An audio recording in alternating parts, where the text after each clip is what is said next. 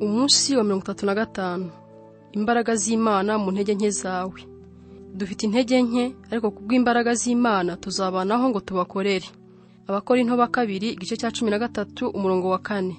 Ndi kumwe nawe, ibyo biraguhagije. Imbaraga zanjye ziboneka neza ari intege nke. Abakorinto ba 2 igice cya 12 umurongo w'9a. Imana ikunda gukoresha abanyantege nke. Buri muntu agira intege nke. Mu by'ukuri nawe ubwawe ufite umurundo w'inenge n'ibidatunganye byinshi, haba mu rwego rw'umubiri, amarangamutima, mu bwenge no mu mwuka. Ushobora no kugira ibintu udafiteho ubushobozi bigutera intege nke, nk'ibibazo mu rwego rw'amafaranga cyangwa rw'imibanire. Icy'ingenzi ni uburyo witwara muri ibyo byose. Akenshi dukunda guhakana intege nke zacu, tukazishakira ibisobanuro, tukazibabarira, tukazihisha, kandi tukumva tutazishimiye. Ibyo rero bituma Imana idashobora kuzikoresha uko yashakaga. Imana ibona mu buryo butandukanye intege nke zawe. Iravuga ngo inzira zanjye n'ibyo nibwira bisumba ibyanyu. Niyo mpamvu kenshi ikora mu buryo bunyuranye cyane n'ibyo twe twibwiraga. Twibwira ko Imana ishaka gukoresha imbaraga zacu gusa, nyamara ishaka no gukoresha intege nke zacu mu buryo buyihesha icyubahiro.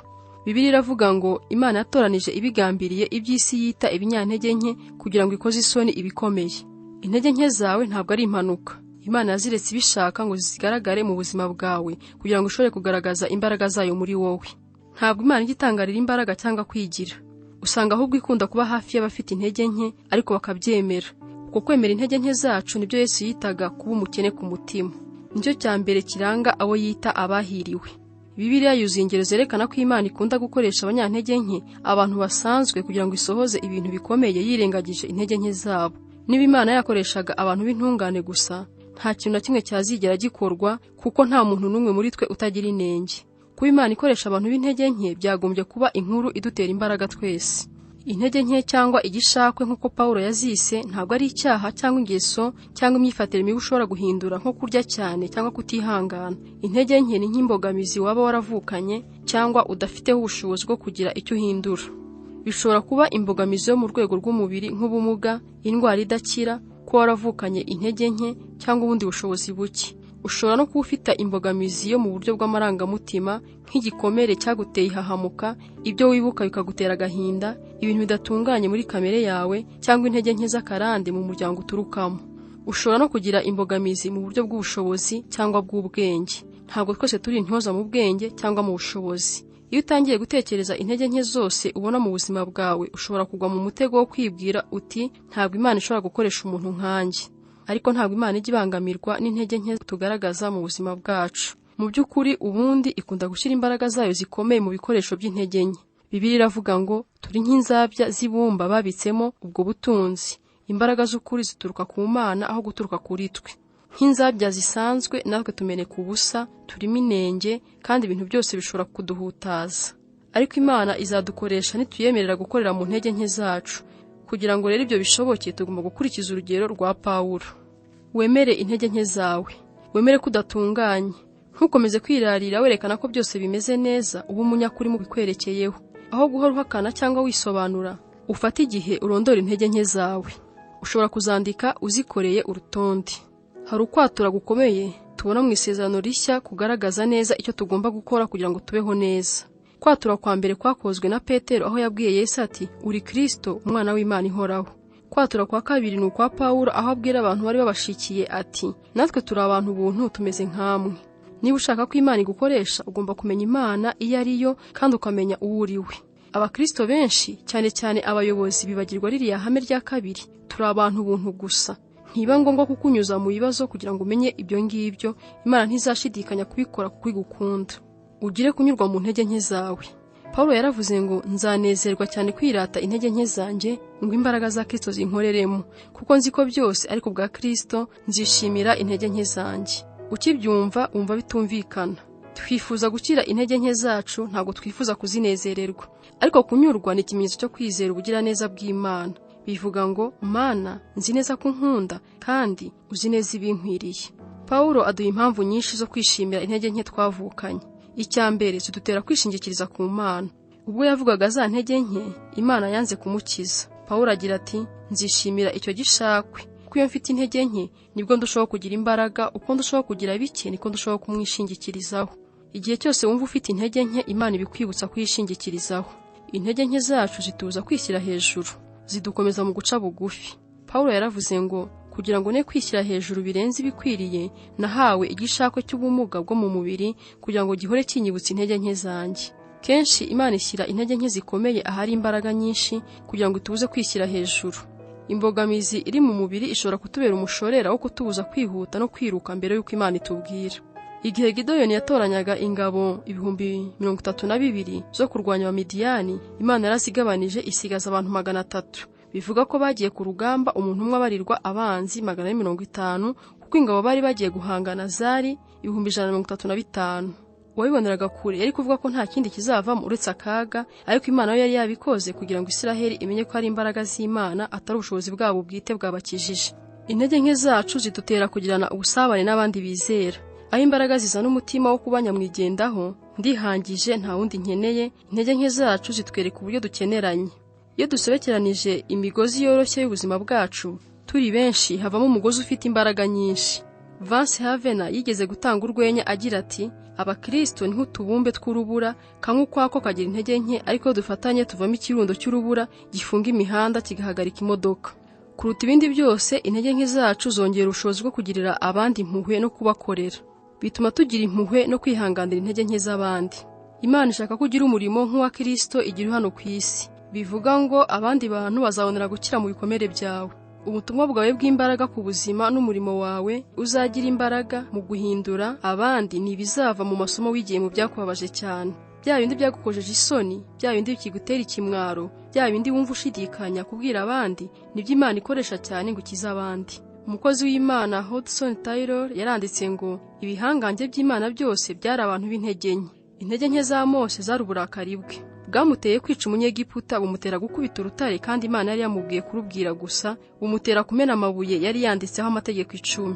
Nyamara Imana yaramuhinduye imutangira ubuhamya ko yari umugwaneza urusha abantu bose bo mu isi. Intege nke za Gideyoni zari ukwisuzugura no kugira gushidikanya kwinshi, ariko Imana imuhinduramo umunyambaraga ugira ubutwari. Intege nke za Abrahamu zari ubwoba. Si rimwe gusa ahubwo n'inshuro 2 yihakanye umugore we avuga ko ari mushiki we kugira ngo yirengere. Ariko Imana yahinduye Abrahamu aba se w'abizera. Petero yari umuntu uhubuka kandi udafata ibyemezo bihamye, ariko amaherezo yahindutse urutare. Dawidi umusambanyi yahindutse umuntu uhuye n'umutima w'Imana. Yohana umwe mu birasi b'abana b'inkuba yaje guhinduka intumwa y'urukundo. Umuntu yarondora ntarangize. Igihe cyandenga mvuze inkuru zo kwizera kwa Baraki, Samsoni, Yefuta, Dawidi, Samweli n'abandi bahanuzi bakuye mu ntege nke bahabwa imbaraga. Imana ifite uburambe mu guhindura intege nke ikazikuramo imbaraga. Ishaka gufata intege nke zawe ikazihindura. Ubwira abandi intege nke zawe utihishira. Korera Imana nyakuri bitangirira mu kwemera kugaragara ukuri. Uko uzarushaho kujya hagaragara ukiyambura isura itariyo, ugasangira n'abandi intege nke zawe, niko Imana izarushaho kugukoresha ugafasha abandi. Pawulo aduha urugero rwiza rwo kugaragara uko ari mu nzandiko ze zose. Atwereka atihishiriye ibyamunaniye, icyiza ashaka gukora si cyo nkora, ahubwo ikibi nanga akaba ari cyo nkora. Nababwiye ibindi ku mutima byose, ibyamubabaje. Twagize amakuba kandi twararemerewe cyane tugeza naho twiheba ko tuzapfa. Ubwoba bwe.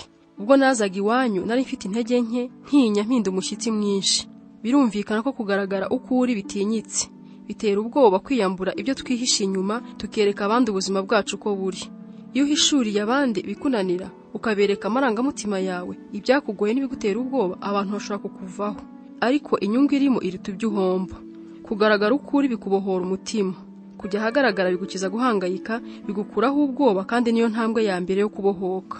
Twamaze kubona ko Imana iha ubuntu abicisha bugufi, ariko benshi bumva nabi kwicisha bugufi. Kwicisha bugufi ntabwo ari ukwisuzugura cyangwa kugaya imbaraga zawe, ahubwo ni ukwemera udahisha intege nke zawe. Uko urushaho kuba umunyakuri ku ntege nke zawe, niko urushaho kunguka ubuntu bw'Imana, niko kandi uzabona n'ubuntu buva ku bandi. Kugaragara ukuri bikwambika igikundiro, abantu baca bugufi batugiraho rukuruzi. Kwihagararaho bituma abantu bakujya kure, ariko kugaragara ukuri bikurura abandi, kandi kutihishira niyo nzira itwinjiza mu busabane bw'umutima. Iyo niyo mpamvu Imana ishaka gukoresha intege nke zacu aho gukoresha imbaraga zacu gusa. Iyo abantu babona imbaraga zawe gusa bacika intege, bakavuga bati none se warabishoboye, jye biriya sinabyifiramo. Ariko iyo babonye Imana igukoresha nubwo ufite intege nke, bibatera kugira imbaraga bakavuga bati wenda nanjye Imana yashobora kunkoresha. Imbaraga zacu zitera gushaka kurushanwa, intege nke zitera kujya hamwe. Mu buzima bwawe hari aho ugomba kugera ukiyemeza niba ushaka gutangaza abantu cyangwa ushaka kubahindura.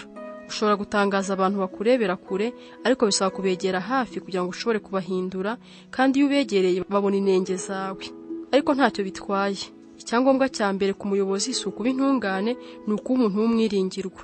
Abantu bagomba gushobora kukwizera kugira ngo bakujye inyuma bemere ubuyobozi bwawe. Umuntu rero yubaka ate icyizere abantu bamugirira? Si uko wishushanya n'intungane, ahubwo ni igihe wemera kugaragara ukuri. Wirate kubw'intege nke zawe. Pawulo yaravuze ngo nzirata ko ndi umunyantege nke, nuko Imana ari inyembaraga, kubona ishobora gukoresha izo ntege nke ikihesha icyubahiro. Aho guhagarara wemye nk'umuntu wiyemera kandi udashobora kunyeganyega, jya wibona nk'uwaguzwe ubuntu.